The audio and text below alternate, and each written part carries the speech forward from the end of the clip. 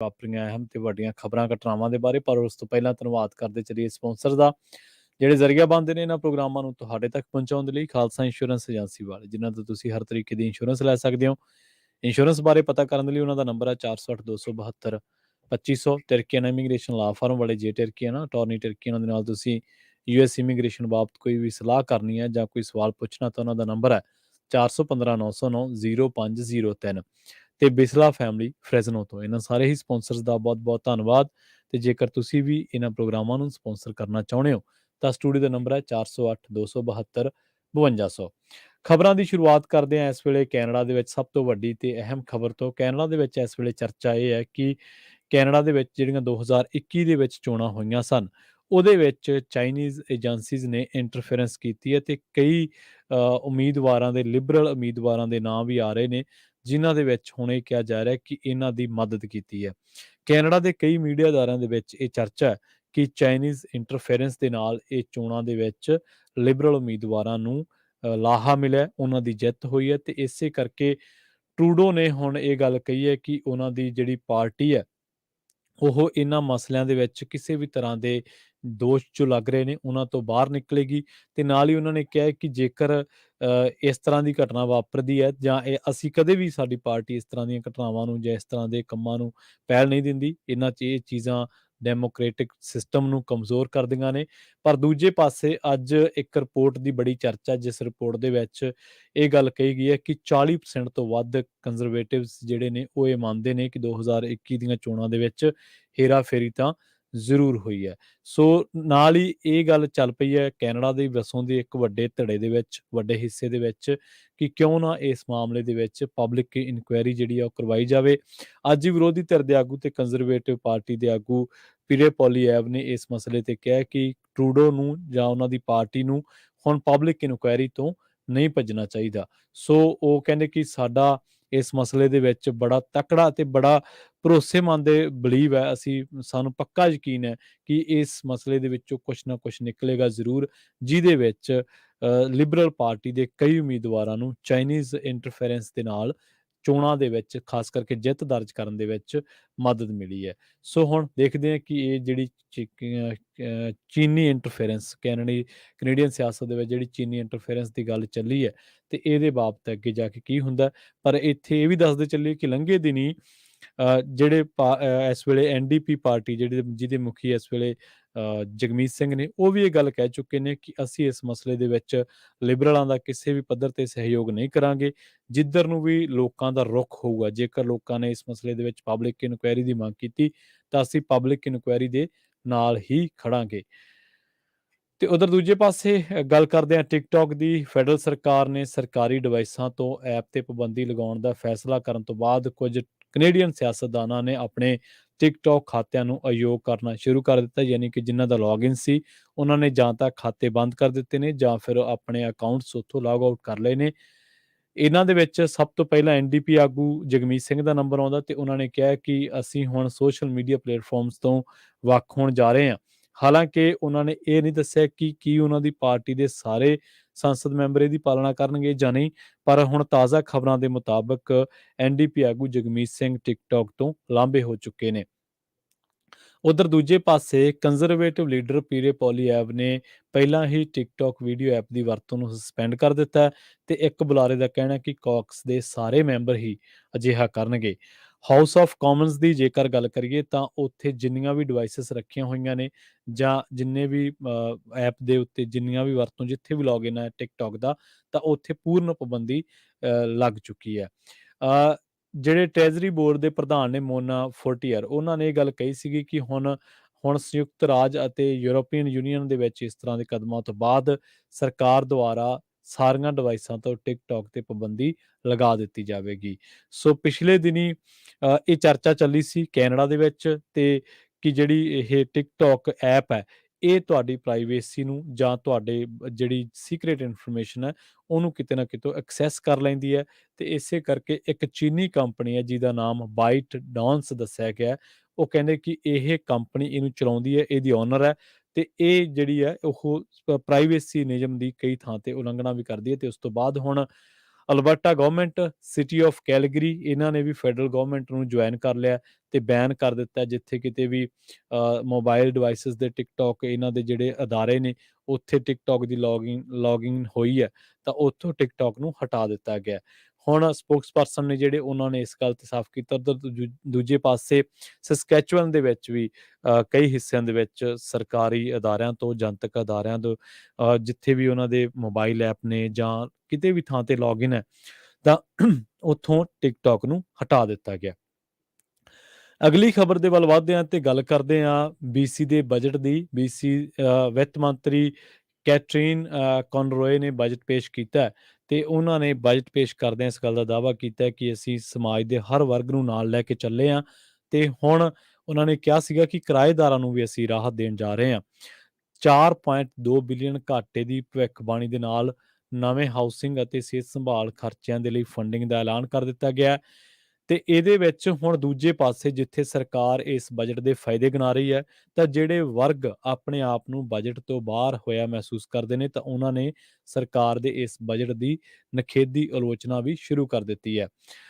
ਇਹ ਕਿਹਾ ਜਾ ਰਿਹਾ ਹੈ ਜਿਹੜੇ ਬ੍ਰਿਟਿਸ਼ ਕੋਲੰਬੀਆ ਦੀ ਸੂਬਾਈ ਸਰਕਾਰ ਨੇ ਬਜਟ ਪੇਸ਼ ਕੀਤਾ ਹੈ ਉਹਦੇ ਦੁਆਰਾ ਜਿਹੜੇ ਲੋਕ ਬਾਹਰ ਰਹਿ ਰਹੇ ਨੇ ਉਹ ਹੁਣ ਬਜਟ ਤੋਂ ਨਿਰਾਸ਼ ਨੇ ਤੇ ਆਲੋਚਨਾ ਕਰ ਰਹੇ ਨੇ। ਬਜ਼ੁਰਗ, ਕਈ ਵਪਾਰਕ ਅਦਾਰੇ, ਅਧਿਆਪਕ ਤੇ ਜਨਤਕ ਆਵਾਜਾਈ ਦੇ ਜਿਹੜੇ ਲੋਕ ਨੇ ਇਹਨਾਂ ਅਦਾਰਿਆਂ ਦੇ ਨਾਲ, ਵਰਗਾਂ ਦੇ ਨਾਲ ਸੰਬੰਧਿਤ, ਉਹਨਾਂ ਦੇ ਵਕੀਲ ਉਹਨਾਂ ਨੇ ਕਿਹਾ ਕਿ ਡੇਵਿਡ ਏਬੀ ਨੇ ਜਿਹੜੇ ਕਿ ਪ੍ਰੀਮੀਅਰ ਨੇ, ਇਹਨਾਂ ਨੇ ਪਹਿਲੇ ਬਜਟ ਦੇ ਵਿੱਚ ਹੀ ਸਾਨੂੰ ਅਣਦੇਖਿਆ ਕੀਤਾ ਹੈ। ਸਿਹਤ ਸੰਭਾਲ ਦੇ ਖਰਚਿਆਂ ਦੇ ਵਿੱਚ ਅਰਬਾਂ ਹੋਰ ਜੋੜਨ ਵਾਲੇ ਬਜਟ ਤੇ ਆਪਣੇ ਆਪ ਨੂੰ ਮਾਣ ਵਜੋਂ ਮਹਿਸੂਸ ਕਰਦੇ ਹੋਏ ਇੱਕ ਹੈਲਥ ਇੰਪਲਾਈਜ਼ ਯੂਨੀਅਨ ਨੇ ਦੱਸਿਆ ਕਿ ਪਰ ਬਜ਼ੁਰਗਾਂ ਦੀ ਜਿਹੜੀ ਦੇਖਭਾਲ ਆ ਉਹ ਕੌਣ ਕਰੇਗਾ। ਇਹਨਾਂ ਦੀ ਜਿਹੜੀ ਯੂਨੀਅਨ ਦੀ ਸੈਕਟਰੀ ਨੇ, ਬਿਜ਼ਨਸ ਸੈਕਟਰੀ ਮੈਨੇਜਰ ਮੀਨਾ ਬਿਸਾਰਡ, ਉਹਨਾਂ ਨੇ ਕਿਹਾ ਕਿ ਅਸੀਂ ਇਸ ਚੀਜ਼ ਤੋਂ ਨਿਰਾਸ਼ ਹਾਂ ਕਿ ਲੰਬੇ ਸਮੇਂ ਤੋਂ BC ਜਿਹੜੀ ਸਰਕਾਰ ਆ ਉਹਨਾਂ ਨੇ ਇਸ ਪਾਸੇ ਕਦੇ ਧਿਆਨ ਨਹੀਂ ਦਿੱਤਾ। ਹਾਲਾਂਕਿ 2020 ਦੇ ਵਿੱਚ NDP ਸਰਕਾਰ ਨੇ ਇੱਕ ਭਰੋਸਾ ਦਿੱਤਾ ਸੀਗਾ ਕਿ ਉਹ ਬਜ਼ੁਰਗਾਂ ਦੀ ਦੇਖਭਾਲ ਨੂੰ ਠੀਕ ਕਰੇਗੀ ਤੇ ਆਉਣ ਵਾਲੇ ਟਾਈਮ ਦੇ ਵਿੱਚ ਅਸੀਂ ਇਹਦੇ ਲਈ ਫੰਡ ਜਿਹੜੇ ਆ ਉਹ ਐਲੋਕੇਟ ਕਰਿਆ ਕਰਾਂਗੇ। ਪਰ ਉਹ ਕਹਿੰਦੇ ਕਿ ਸਾਨੂੰ ਇਸ ਬਜਟ ਦੇ ਵਿੱਚ ਕੋਈ ਵੀ ਪੈਸਾ ਦਿਖਾਈ ਨਹੀਂ ਦਿੰਦਾ। ਵੈਨਕੂਵਰ ਬੋਰਡ ਆਫ ਟ੍ਰੇਡ ਨੇ ਸਰਕਾਰ ਦੇ ਇਸ ਬਜਟ ਨੂੰ C ਗ੍ਰੇਡ ਦਿੱਤਾ। ਇਹਦੇ ਵਿੱਚ ਕਿਹਾ ਗਿਆ ਕਿ ਸਮਾਜਿਕ ਪਾੜੇ ਨੂੰ ਦੂਰ ਕਰਦਾ ਹੈ ਤੇ ਇਹਦੇ ਵਿੱਚ ਹੁਣ ਸਰਕਾਰ ਨੂੰ ਹੁਨਰ ਸਿਖਲਾਈ ਦੇ ਵਿੱਚ $480 ਮਿਲੀਅਨ ਖਰਚਣ ਦੀ ਸਰਕਾਰ ਗੱਲ ਕਰਦੀ ਹੈ। ਪਰ ਟੈਕਸ ਕੰਪੀਟੀਟਿਵਨੈਸ ਤੇ ਵਿੱਤੀ ਸੂਝ-ਬੂਝ ਤੇ ਆਰਥਿਕ ਦ੍ਰਿਸ਼ਟੀ ਇਹਦੇ ਤੋਂ ਕਾਫੀ ਦੂਰ ਹੈ। ਇਹਦੇ ਜਿਹੜੇ CEO ਨੇ ਬ੍ਰਿਜੇਟ ਐਂਡਰਸਨ, ਉਹਨਾਂ ਨੇ ਕਿਹਾ ਹੈ ਕਿ ਇਸ ਬਜਟ ਦੇ ਵਿੱਚ ਕਾਰੋਬਾਰੀਆਂ ਨੂੰ ਲਾਹਾ ਦੇਣ, ਨਿਵੇਸ਼ ਨੂੰ ਆਕਰਸ਼ਿਤ ਕਰਨ ਤੇ ਸਾਡੀ ਨਵੀਨਤਾ ਸਮਰੱਥਾ ਨੂੰ ਵਧਾਉਣ ਦੇ ਲਈ ਇੱਕ ਵੱਡੀ ਆਰਥਿਕ ਨੀਤੀ ਦੀ ਘਾਟ ਹੈ। ਸੋ ਉਹਨਾਂ ਨੇ ਇਹ ਕਿਹਾ ਕਿ ਬੇਸ਼ੱਕ ਸਰਕਾਰ ਇਹਦੀ ਜਿੰਨੀ ਮਰਜ਼ੀ ਪ੍ਰਚਾਰ ਕਰੇ, ਜੋ ਮਰਜ਼ੀ ਕਵੇ, ਪਰ ਜਿਹੜੇ ਵਰਗ ਅਣਦੇਖਿਆ ਮਹਿਸੂਸ ਕਰ ਰਹੇ ਨੇ ਉਹ ਸਰਕਾਰ ਦੇ ਬਜਟ ਨੂੰ ਕਦੇ ਵੀ ਸਲਾਹੁਣਗੇ ਨਹੀਂ। ਤੇ ਗੱਲ ਕਰੀਏ ਨਾਰਥ ਵੈਸਟ ਟੈਰੀਟਰੀਜ਼ ਦੀ, ਜਿਨ੍ਹਾਂ ਨੇ ਜਿਹੜੀਆਂ ਸਰਕਾਰਾਂ ਨੇ ਬੱਚਿਆਂ ਦੇ ਲਈ COVID-19 ਵੈਕਸੀਨ ਤੇ ਰੋਕ ਲਗਾਈ ਹੈ, ਖਾਸ ਕਰਕੇ ਜਿਹੜੀਆਂ ਖੁਰਾਕਾਂ ਦੀ ਮਿਆਦ ਪੁੱਗ ਗਈ ਹੈ।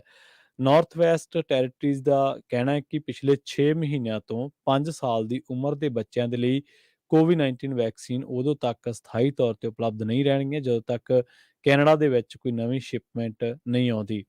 ਇਹਨਾਂ ਦਾ ਕਹਿਣਾ ਹੈ ਕਿ ਮੋਡਰਨਾ ਦੀ ਸਪਾਈਕ ਵੈਕਸ ਇਨਫੀਡੈਂਟ ਪੀਰੀਆਡਿਕ ਵੈਕਸੀਨ ਦੀ ਮੌਜੂਦਾ ਜਿਹੜੀ ਹੈ ਉਹ ਜਲਦੀ ਜਿਹੜੀ ਉਹਨਾਂ ਕੋਲ ਅਵੇਲੇਬਿਲਿਟੀ ਹੈ ਉਹ ਖਤਮ ਹੋਣ ਜਾ ਰਹੀ ਹੈ। ਇਹ ਟੀਕਾ ਜਿਹੜਾ ਉਹ ਉੱਤਰ ਪੱਛਮੀ ਪ੍ਰਦੇਸ਼ਾਂ ਦੇ ਵਿੱਚ 8 ਮਾਰਚ ਤੱਕ ਉਪਲਬਧ ਰਹੇਗਾ ਤੇ ਉਦੋਂ ਤੱਕ ਵੈਲਿਡ ਵੀ ਹੈਗਾ। ਤੇ ਨਾਲ ਹੀ ਇਹ ਹੈ ਕਿ ਨਵੀਂ ਜਿਹੜੀ ਸਪਲਾਈ ਆ ਉਹਦੇ ਆਉਣ ਦੇ ਵਿੱਚ 4 ਤੋਂ 6 ਹਫ਼ਤੇ ਲੱਗ ਸਕਦੇ ਨੇ। ਹੁਣ ਜੇ ਗੱਲ ਕਰੀਏ ਫਾਈਜ਼ਰ ਬਾਇਓਐਨਟਿਕ ਦੀ ਤਾਂ ਉਹਦੀ ਜਿਹੜੀ ਵੈਕਸੀਨ ਆ ਉਹ ਵੀ ਇੱਥੋਂ ਇਸ ਉਮਰ ਸੀਮਾ ਜਿਹੜੀ ਦੱਸ ਕੇ ਹਟਿਆ ਕਿ 6 ਮਹੀਨੇ ਤੋਂ 5 ਸਾਲ ਦੇ ਲਈ ਉਪਲਬਧ ਹੈ। ਪਰ ਸਰਕਾਰ ਕੋਲ ਇਹ ਕਹਿਣਾ ਹੈ ਕਿ ਉਸ ਕੋਲ ਇੰਨੀ ਕੁ ਵੈਕਸੀਨ ਨਹੀਂ ਹੈ ਕਿ ਜਿਹੜੀ ਆਉਂਦੀ ਜਿਹੜੀ ਲੜੀ ਆ ਉਹਨੂੰ ਪੂਰਾ ਕਰਨ ਦੇ ਲਈ ਜਿਹੜਾ ਸਮਾਂ ਲੱਗੇਗਾ। ਸੋ ਫਾਈਜ਼ਰ ਵੈਕਸੀਨ ਦੀ ਜੇ ਗੱਲ ਕਰੀਏ ਤਾਂ ਪ੍ਰਾਇਮਰੀ ਲੜੀ ਨੂੰ ਪੂਰਾ ਕਰਨ ਦੇ ਲਈ 3 ਖੁਰਾਕਾਂ ਦੀ ਲੋੜ ਦੱਸੀ ਗਈ ਹੈ ਕਿ ਤੁਹਾਨੂੰ ਫਾਈਜ਼ਰ ਲਗਵਾ ਰਹੇ ਹੋ, ਫਾਈਜ਼ਰ ਸ਼ੁਰੂ ਹੋਈ ਹੈ ਖਾਸ ਕਰਕੇ ਜੇਕਰ 0 ਤੋਂ ਸ਼ੁਰੂ ਕਰੀਏ 6 ਮਹੀਨਿਆਂ ਤੋਂ 5 ਸਾਲ ਦੀ ਉਮਰ ਦੇ ਬੱਚਿਆਂ ਦੀ। ਜੇਕਰ ਫਾਈਜ਼ਰ ਵੈਕਸੀਨ ਲੱਗੀ ਹੈ ਤਾਂ ਉਹਨੂੰ 3 ਖੁਰਾਕਾਂ ਦੀ ਲੋੜ ਹੈ। ਜੇਕਰ ਜਿਨ੍ਹਾਂ ਨੇ ਮੋਡਰਨਾ ਲਵਾਈ ਹੈ ਜਾਂ ਲਵਾ ਰਹੇ ਨੇ ਜਾਂ ਜਿਨ੍ਹਾਂ ਨੂੰ ਉਹਦੇ ਤੇ ਭਰੋਸਾ ਜ਼ਿਆਦਾ ਹੈ ਤਾਂ ਉਹਨਾਂ ਨੂੰ 2 ਖੁਰਾਕਾਂ ਦੀ ਲੋੜ ਹੈ। ਪਰ ਇਹ ਗੱਲ ਕਹੀ ਗਈ ਹੈ ਕਿ ਜਿਹੜੇ ਨਾਰਥ ਵੈਸਟ ਟੈਰੀਟਰੀਜ਼ ਨੇ ਜਿੰਨੀਆਂ ਵੀ, ਤਾਂ ਉਹਨਾਂ ਦੇ ਵਿੱਚ ਇੱਕ ਨਵੀਆਂ ਖੁਰਾਕਾਂ ਮੁਹੱਈਆ ਕਰਵਾਉਣ ਦੇ ਲਈ 2 ਤੋਂ ਲੈ ਕੇ 4 ਹਫ਼ਤਿਆਂ ਦਾ ਸਮਾਂ ਜਿਹੜਾ ਉਹ ਲੱਗ ਸਕਦਾ ਹੈ। ਤੇ ਗੱਲ ਕਰੀਏ ਸਰੀ ਵਿਸਾਖੀ ਨਗਰ ਕੀਰਤਨ ਦੀ, 3 ਸਾਲਾਂ ਬਾਅਦ ਪੈਂਡੇਮਿਕ ਕਰਕੇ 3 ਸਾਲ 2020 ਦੇ ਵਿੱਚ, 21 ਦੇ ਵਿੱਚ ਤੇ 22 ਦੇ ਵਿੱਚ ਇਹਨਾਂ ਨਗਰ ਕੀਰਤਨਾਂ ਨੂੰ ਸਜਾਇਆ ਨਹੀਂ ਸੀ ਗਿਆ, ਤੇ ਹੁਣ ਸਰੀ ਦੇ ਦਸ਼ਮੇਸ਼ ਦਰਬਾਰ ਗੁਰਦੁਆਰਾ ਸਾਹਿਬ ਵੱਲੋਂ ਖਾਲਸਾ ਸਿਰਜਣਾ ਦੇ ਦਿਹਾੜੇ ਤੇ 22 ਅਪ੍ਰੈਲ 2023 ਦਿਨ ਸ਼ਨੀਵਾਰ ਨੂੰ ਇਹ ਨਗਰ ਕੀਰਤਨ ਸਜਾਇਆ ਜਾਵੇਗਾ। ਇਸ ਸਮਾਗਮ ਦੀ ਮੁੜ ਵਾਪਸੀ ਤੇ ਸ਼ਹਿਰ ਦੇ ਨਾਲ ਜਿੰਨੇ ਵੀ ਕੈਨੇਡਾ ਦੇ ਵਿੱਚ ਪੰਜਾਬੀ ਭਾਈਚਾਰੇ ਦੇ ਲੋਕ ਨੇ, ਉਹਨਾਂ ਦੇ ਵਿੱਚ ਪੂਰੀ ਸ਼ਰਧਾ ਤੇ ਉਤਸ਼ਾਹ, ਤੇ ਲਗਭਗ ਤਕਰੀਬਨ 6 ਲੱਖ ਦੇ ਕਰੀਬ, 5 ਤੋਂ 6 ਲੱਖ ਦੇ ਕਰੀਬ ਜਿਹੜੀਆਂ ਸੰਗਤਾਂ ਨੇ ਨਗਰ ਕੀਰਤਨ ਦੇ ਵਿੱਚ ਜਿਹੜੀਆਂ ਉਹ ਹਿੱਸੇਦਾਰੀ ਪਾਉਂਦੀਆਂ ਨੇ, ਸ਼ਮੂਲੀਅਤ ਕਰਦੀਆਂ ਨੇ, ਤੇ ਗੁਰੂ ਘਰਾਂ ਦੇ ਆਸ਼ੀਰਵਾਦ ਵੀ ਪ੍ਰਾਪਤ ਕਰਦੀਆਂ ਨੇ। ਪਰ ਹੁਣ ਇਹ ਕਿਹਾ ਜਾ ਰਿਹਾ ਕਿ ਕੈਨੇਡਾ ਦੇ ਵਿੱਚ ਪੰਜਾਬੀਆਂ ਦੀ ਆਮਦ ਬਹੁਤ ਵੱਡੇ ਪੱਧਰ ਤੇ ਹੋਈ ਹੈ, ਤੇ ਵੱਡੀ ਗਿਣਤੀ ਪੰਜਾਬੀਆਂ ਦੀ ਉੱਥੇ ਕੈਨੇਡਾ ਦੇ ਵਿੱਚ ਵਧੀ ਹੈ, ਤੇ ਇਹਦੇ ਕਰਕੇ ਹੁਣ ਇਸ ਵਾਰ ਇਹ ਗਿਣਤੀ ਜਿਹੜੀ ਹੈ ਉਹ 1 ਲੱਖ ਦੇ ਕਰੀਬ ਹੋਰ ਵੱਧ ਸਕਦੀ, ਯਾਨੀ ਕਿ 6 ਲੱਖ ਤੋਂ ਵੀ ਬਾਹਰ ਹੋ ਸਕਦੀ ਹੈ। ਸੋ ਪ੍ਰਬੰਧਕ ਜਿਹੜੇ ਨੇ ਉਹ ਇਹਨਾਂ ਨਗਰ ਕੀਰਤਨਾਂ ਨੂੰ ਇੱਕ ਵਧੀਆ ਤਰੀਕੇ ਨਾਲ ਸਿਰੇ ਚਾੜਨ ਦੇ ਲਈ ਦਿਨ ਰਾਤ ਮਿਹਨਤ ਦੇ ਵਿੱਚ ਜੁਟੇ ਹੋਏ ਨੇ, ਤੇ ਸੰਗਤਾਂ ਦੇ ਵਿੱਚ ਵੀ ਇਸ ਨਗਰ ਕੀਰਤਨ ਦਾ ਜਦੋਂ ਤੋਂ ਐਲਾਨ ਹੋਇਆ, ਉਸ ਤੋਂ ਬਾਅਦ ਕਾਫੀ ਜਿਹੜਾ ਉਤਸ਼ਾਹ ਉਹ ਦੇਖਿਆ ਜਾ ਰਿਹਾ ਹੈ। ਤੇ ਜਾਂਦੇ ਗੱਲ ਕਰਦੇ ਹਾਂ ਜਿਹੜਾ ਵੈਨਕੂਵਰ ਦੇ ਵਿੱਚ ਪ੍ਰੋਪਰਟੀ ਟੈਕਸ ਦਾ ਵਾਧਾ ਹੈ। ਕੱਲ੍ਹ ਹੀ ਅਪਡੇਟ ਕੈਨੇਡਾ ਪ੍ਰੋਗਰਾਮ ਦੇ ਵਿੱਚ ਇਹ ਗੱਲ ਦੀ ਜਾਣਕਾਰੀ ਦਿੱਤੀ ਸੀਗੀ ਕਿ ਵੈਨਕੂਵਰ ਦੇ ਵਿੱਚ ਜਿਹੜੀ ਕੌਂਸਲ ਆ ਉਹ 10.7% ਦਾ ਵਾਧਾ ਪ੍ਰੋਪਰਟੀ ਟੈਕਸ ਦੇ ਵਿੱਚ ਕਰ ਸਕਦੀ ਹੈ, ਤੇ ਹੁਣ ਇਹਨਾਂ ਨੇ ਜਿਹੜੇ 1.97 ਬਿਲੀਅਨ ਆਪਰੇਟਿੰਗ ਬਜਟ ਨੂੰ ਮਨਜ਼ੂਰੀ ਦਿੱਤੀ ਹੈ, ਤੇ ਉਸ ਤੋਂ ਬਾਅਦ ਪ੍ਰੋਪਰਟੀ ਟੈਕਸ ਇਸ ਸਾਲ ਲਗਭਗ 11% ਵੱਧ ਜਾਣਗੇ 10.7 ਤੱਕ। ਤੇ ਇਹਦੇ ਵਿੱਚ ਇਹ ਗੱਲ ਕਹੀ ਗਈ ਹੈ ਕਿ ਜਿਹੜੇ ਪਿਛਲੇ ਮਹੀਨੇ ਜਿਹੜਾ ਇੱਕ ਮਿੱਥਿਆ ਗਿਆ ਸੀ ਟੀਚਾ ਕਿ ਅਸੀਂ 10% ਤੋਂ ਘੱਟ ਪ੍ਰੋਪਰਟੀ ਟੈਕਸ ਰੱਖਾਂਗੇ, ਪਰ ਹੁਣ ਜਿਹੜਾ ਕੌਂਸਲ ਨੇ ਪੇਸ਼ ਕੀਤਾ ਉਹਦੇ ਵਿੱਚ 10.7% ਦਾ ਪ੍ਰੋਪਰਟੀ ਟੈਕਸ ਦਾ ਜਿਹੜਾ ਵਾਧਾ ਉਹ ਕਰ ਦਿੱਤਾ ਗਿਆ। ਸਿਟੀ ਦੇ ਬਿਆਨ ਦੇ ਵਿੱਚ ਇਹ ਗੱਲ ਕਹੀ ਗਈ ਹੈ ਕਿ ਹੁਣ ਇਹਦੇ ਨਾਲ ਜਿਹੜੀਆਂ ਵਪਾਰਕ ਜਾਇਦਾਦਾਂ ਨੇ ਉਹਦੇ ਵਿੱਚ $540 ਦਾ ਵਾਧਾ ਹੋ ਜਾਊਗਾ, ਸਿੰਗਲ ਫੈਮਿਲੀ ਹੋਮਸ ਦੇ ਲਈ $326 ਦਾ ਵਾਧਾ ਹੋ ਜਾਊਗਾ, ਤੇ ਜਿਹੜੇ ਕੰਡੋਮੀਨੀਅਮ ਨੇ ਉਹਨਾਂ ਦੇ ਲਈ $125 ਦਾ ਜਿਹੜਾ ਵਾਧਾ ਹੋ ਜਾਊਗਾ।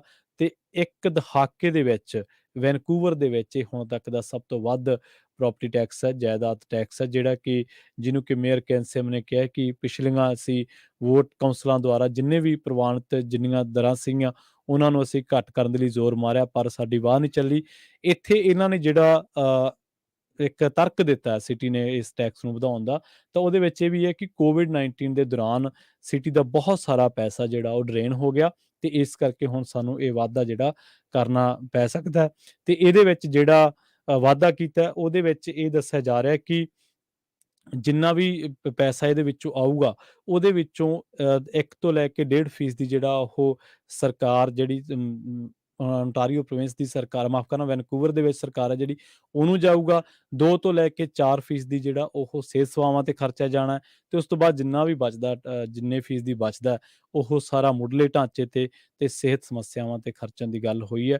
ਸੋ ਹੁਣ ਪਰ ਇਹਦੇ ਨਾਲ ਹੀ ਵੈਨਕੂਵਰ ਦੇ ਸਿਟੀ ਦੇ ਵਿੱਚ ਜਿਹੜਾ ਇਹ ਪ੍ਰੋਪਰਟੀ ਟੈਕਸ ਵਧਿਆ, ਉਸ ਦੇ ਨਾਲ ਹੀ ਹੁਣ ਰੀਅਲ estate ਦੇ ਕਾਰੋਬਾਰ ਉੱਤੇ ਜਾਂ ਲੋਕਾਂ ਦੇ ਰਹਿਣ ਸਹਿਣ ਉੱਤੇ ਇਸ ਚੀਜ਼ ਦੇ ਅਸਰ ਨੂੰ ਜਿਹੜਾ ਉਹ ਮਹਿਸੂਸ ਕੀਤਾ ਜਾ ਸਕਦਾ, ਕਿਉਂਕਿ ਕੈਨੇਡਾ ਦੇ ਵਿੱਚ ਮਹਿੰਗਾਈ ਦੇ ਨਾਲ ਲੋਕਾਂ ਦਾ ਪਹਿਲਾਂ ਹੀ ਤਰਾਹ ਨਿਕਲਿਆ ਪਿਆ।